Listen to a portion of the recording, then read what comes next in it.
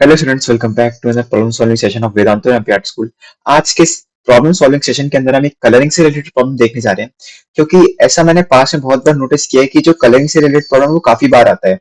एक बार 2018 में कलरिंग से रिलेटेड प्रॉब्लम आया था जो कि रिकरेंस से सॉल्व होता था, और फिर नेक्स्ट ईयर 2019 में कलरिंग से रिलेटेड प्रॉब्लम आया था जिसमें था अ, उसमें मैं थोड़ा डेमोन्स्ट्रेट कर देता हूँ। जो इनमो 2019 में जो क्वेश्चन आया था कलरिंग से, सॉरी इनमो 2020 में जो सा प्रॉब्लम था उसमें क्या दिया था कि हमें गिवन था कि हमारे पास एक 5x5 का एक बोर्ड है।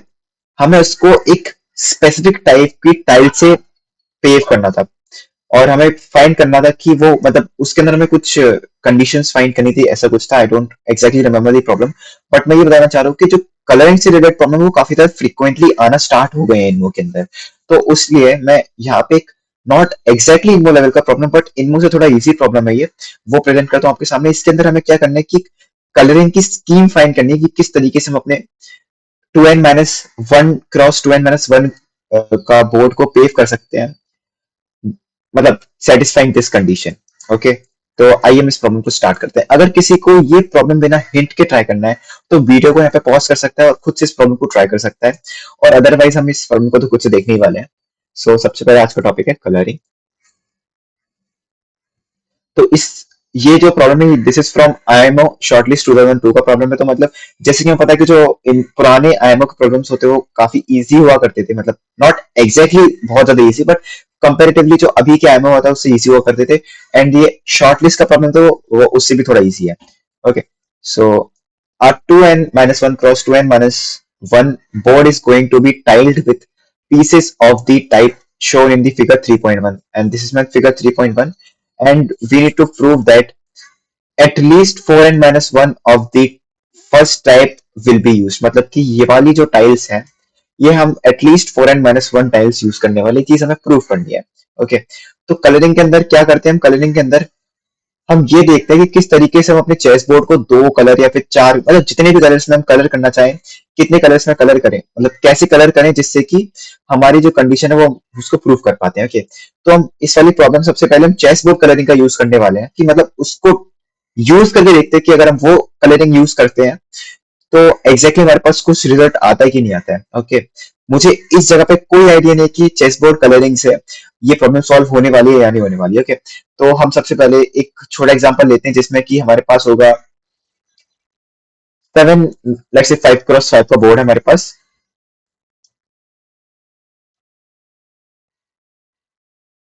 ओके, 1 2 3 4 5,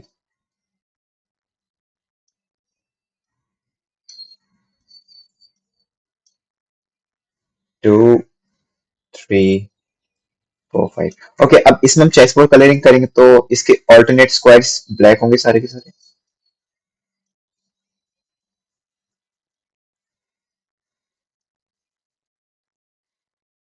ये चेसबोर्ड कलरिंग है। ओके, अब अगर हम इस चेसबोर्ड कलरिंग के अंदर कोई भी एक टाइल को पुट करके देखते हैं तो क्या आता है। अगर मैं इस वाली टाइल को पुट करूंगा तो या तो वो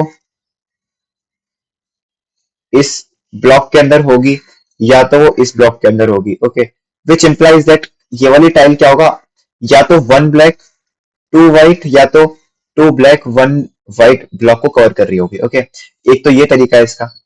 और हाँ, और उसके अलावा अगर मैं सेकंड टाइप की टाइल को पुट करके देखता हूँ क्या मिलता है मेरे को। सेकंड टाइप की अगर टाइल को पुट करूंगा, ये एक तरीका है। उसके अलावा मतलब मैं जितनी भी तरीके से सेकंड टाइप की टाइल को पुट करूंगा वो exactly 2 black and 2 white tiles को कवर करने वाला है। ओके, एंड अगर मैं थर्ड वाले ब्लॉक को पुट करता हूँ तो वो भी 2 ब्लैक एंड 2 वाइट टाइल्स को कवर करने वाला है। ओके, ये चीज हमारे पास आ गई।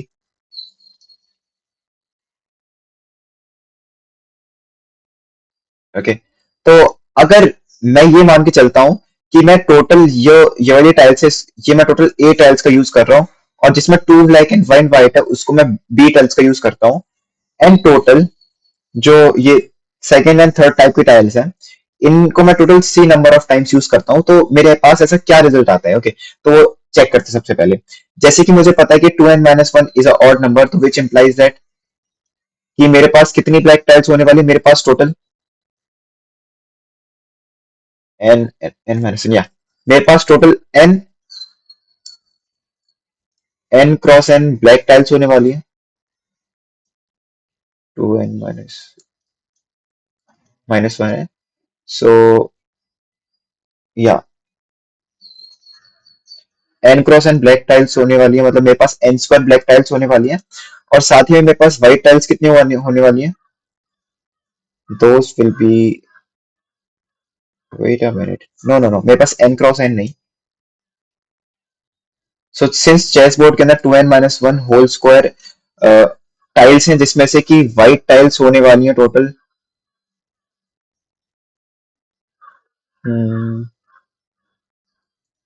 Black tiles -1, sorry black plus white, तो मेरे पास ब्लैक टाइल्स होने वाली है टोटल व्हाइट टाइल्स +1। क्योंकि अगर आप नोटिस करोगे, अगर मैं सिर्फ इतने चेस बोर्ड के अंदर नोटिस करता हूं तो इतने चेस बोर्ड के अंदर क्या है कि जितनी ब्लैक टाइल्स हैं उतनी व्हाइट टाइल्स हैं, ओके। और जो लास्ट वाली लाइन है उसके अंदर एक ब्लैक टाइल एक्स्ट्रा है, ओके। तो इसका मतलब ये है कि पूरे के पूरे चेस बोर्ड के अंदर एक व्हाइट टाइल कम होने वाली है ब्लैक टाइल से, okay. So this is equals to 2 times of black +1, और this is 4n² -4n+1, that is equals to 2b +1। और ब्लैक टाइल्स हमारे पास होने वाली है 2n² -2n, this will be the number of black tiles. And white tiles होने वाली है total 2n² -2n -1, okay. तो अब यहाँ पे ये देखो कि मेरे पास टोटल कितनी ब्लैक टाइल्स हैं।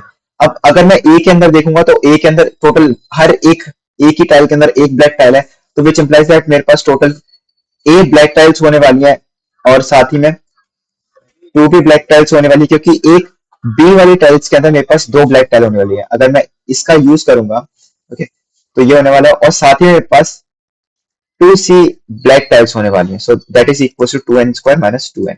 सिमिलरली मैं व्हाइट टाइल्स को कंपेयर करता हूँ कि वो कितनी होने वाली है मेरे पास। व्हाइट टाइल्स ए के अंदर मेरे पास दो व्हाइट टाइल्स हैं, ओके। तो that will be 2a plus B plus 2c, that is equal to 2n² -2n -1, okay. तो अगर एनसी जो मेरी इक्वेशन 1 है एंड इक्वेशन 2, अगर मैं इक्वेशन 1 में से 1 को सब्ट्रैक्ट कर देता तो इक्वेशन 2 आती है a plus 2b plus 2c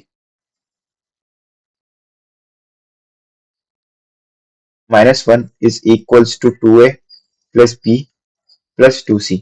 2c and 2c will cancelled out, and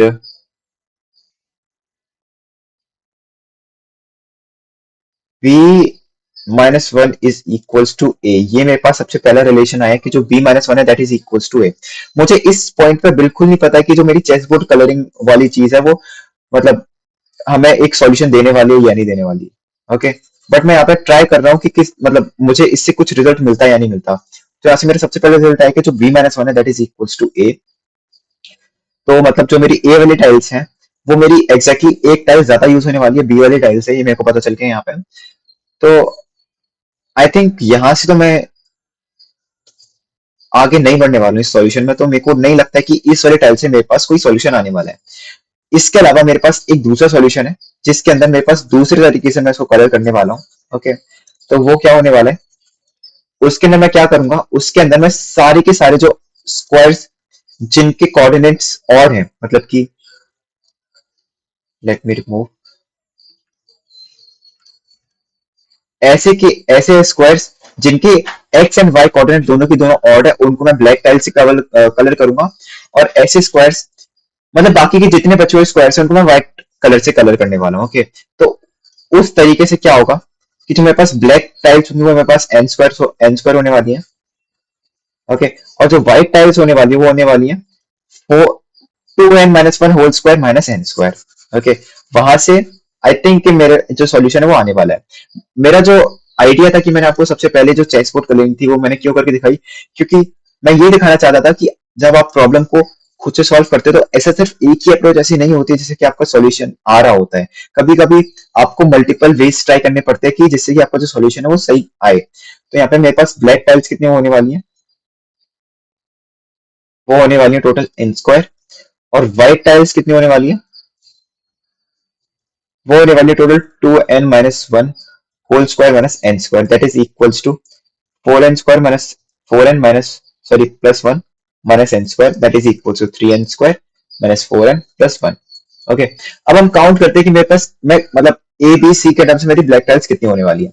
अगर मैं पहले तरीके की टाइल यूज करूंगा तो या तो इस टाइल को मैं ऐसे पुट कर सकता हूँ जिसमें तीनों की तीनों व्हाइट टाइल्स आ रही हैं, या तो मैं ऐसे पुट कर सकता हूँ जिसमें एक ब्लैक और दो व्हाइट आ रही है। तो और इसके अलावा और कोई तरीका नहीं जिसमें कि मैं दो ब्लैक टाइल्स को कवर कर पा रहा हूँ। तो यहाँ से मेरे पास क्या आएगा कि अगर मैं पहली वाली टाइल का यूज कर रहा हूँ, या तो मैं तीनों तीनों व्हाइट टाइल्स से कवर कर रहा हूँ, या तो मैं दो व्हाइट एंड एक ब्लैक टाइल से कवर कर रहा हूँ। ओके, अगर मैं सेकंड वाली टाइल का यूज कर रहा हूँ,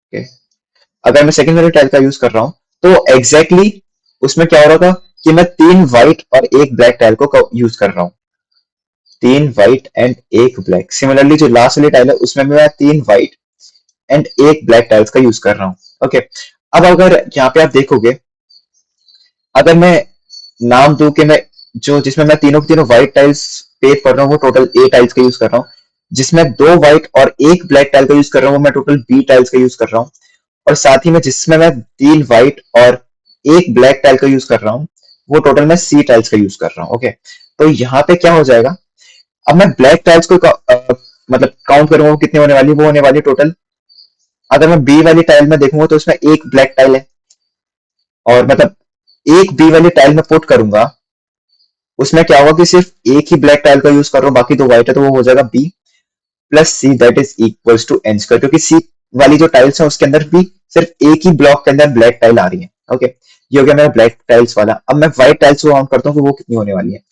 उसका नंबर तो मुझे पता है कि that is 3n square minus 4n plus one, but in reality वो क्या होने वाला है, थ्री टाइम्स ऑफ ए, क्योंकि जो ए और ए टाइल है जब मैं एक टाइल पुट करता हूँ उसके अंदर तीन व्हाइट ब्लॉक्स होने वाले हैं, और जब मैं बी वाली पुट करता हूँ उसके अंदर दो व्हाइट ब्लॉक्स होने वाले हैं, जब मैं सी वाली पुट करता हूँ उसके अंदर तीन व्हाइट ब्लॉक्स होने वाले हैं।